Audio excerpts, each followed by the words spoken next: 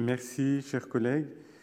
L'ordre du jour appelle à présent la question orale numéro 1091 de notre collègue Pierre-Yves Collombat, transmise à la secrétaire d'État auprès du ministre des Solidarités et de la Santé. Vous avez la parole, chers collègues.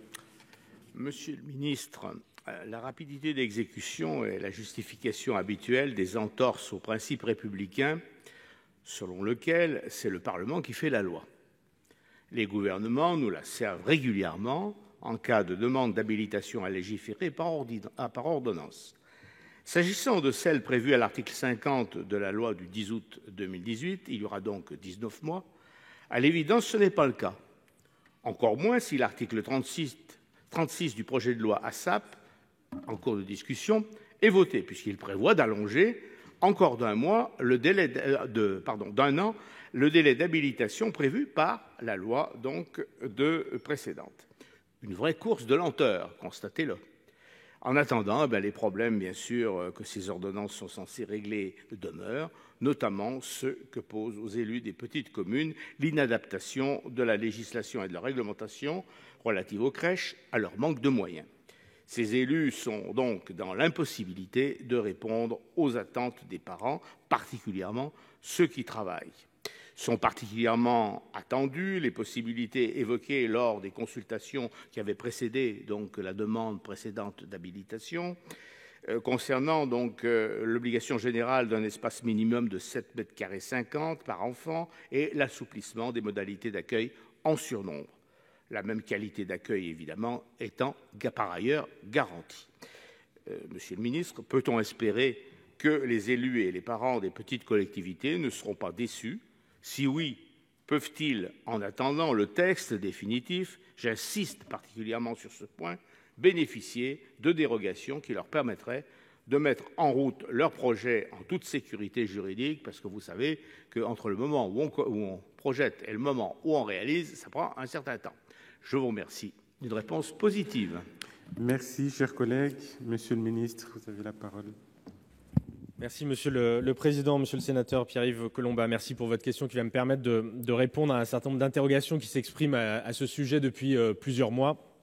Mais je suis persuadé que vous me rejoindrez pour saluer le souhait qui est le nôtre de continuer à discuter, à concerter avec l'ensemble des parties prenantes pour que les dispositions auxquelles nous aboutirons finalement puissent convenir à tout le monde, à commencer par nos enfants, à leur sécurité et à leur épanouissement.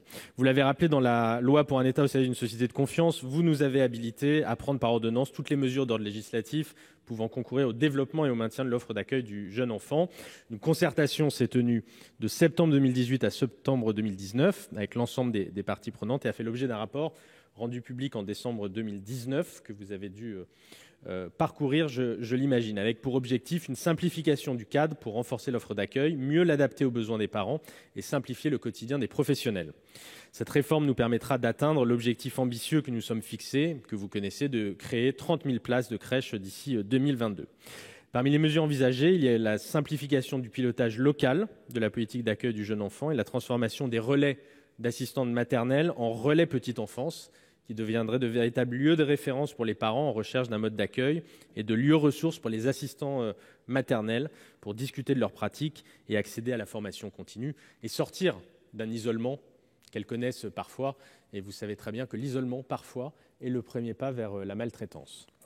Il y a également l'introduction d'un référentiel national définissant les exigences en matière de locaux pour les établissements, opposables partout en France pour faciliter les démarches des porteurs de projets. Enfin, le ministère des Solidarités et de la Santé a souhaité que cette réforme permette de refonder l'accompagnement des équipes en matière de santé du jeune enfant, afin de permettre davantage de prévention en santé et d'encourager un accueil plus inclusif pour les enfants en situation de handicap ou atteints de maladies chroniques.